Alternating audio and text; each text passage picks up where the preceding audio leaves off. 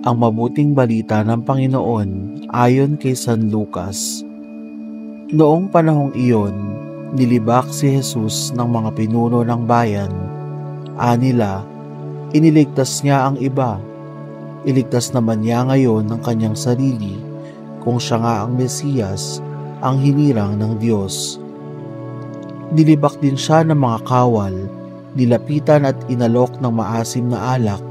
Sinabi nila, "Kung ikaw ang hari ng mga Hudyo, iligtas mo ang iyong sarili."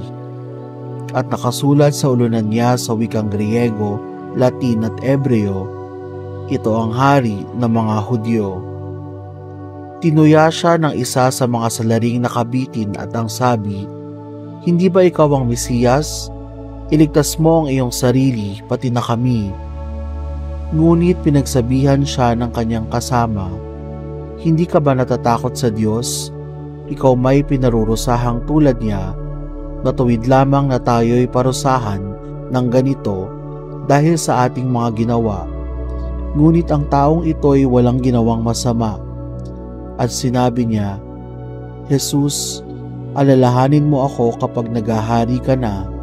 Sumagot si Jesus, "Sinasabi ko sa iyo, ngayon di isasama kita sa paraiso."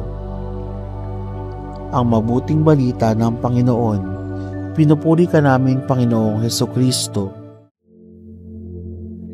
Ito ang hari ng mga Hudyo. Ano-ano ba ang mga katangian ng isang hari?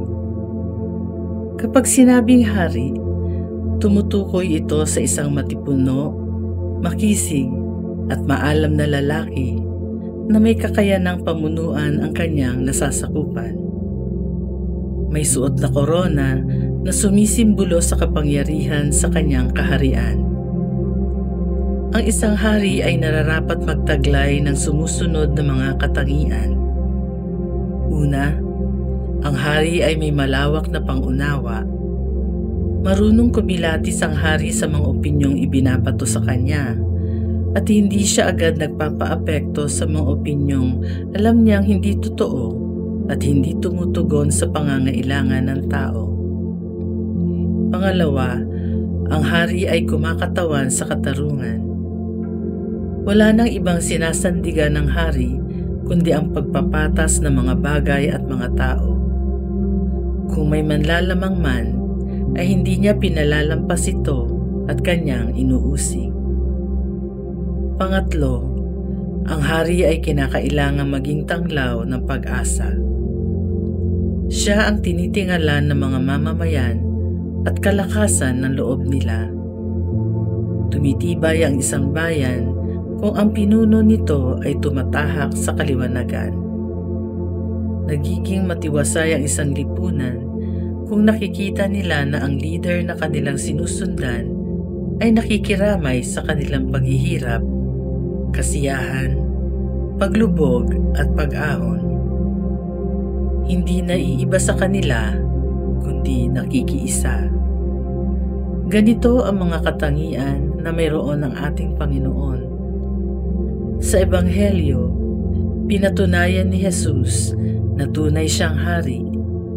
Isang hari na hindi lamang kayang isabuhay ang mga katangiang nabanggit, kundi pati na rin ang pag-aalay ng kanyang sariling buhay, alang-alang sa kanyang minamahal na kawan.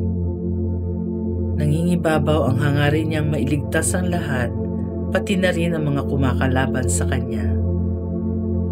Naging patas si Jesus sapagkat hindi niya hinubaran ng dangal kahit na ang isang makasalanan na nagsisisi. Tinanaw niya ang pusong nagsisisi kaysa sa maling bagay na nagawa.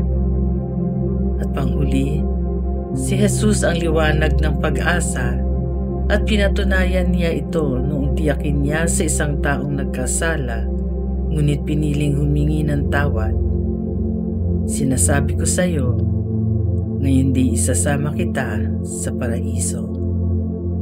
Nawa, kahit hindi tayo hari, ay isabuhay natin ang mga katangiang ipinamalas ni Kristong Hari. Tularan natin siya at patuloy na ipakita na tayo'y bayan na nakikilakbay at tumutugon sa tawag ng ating hari.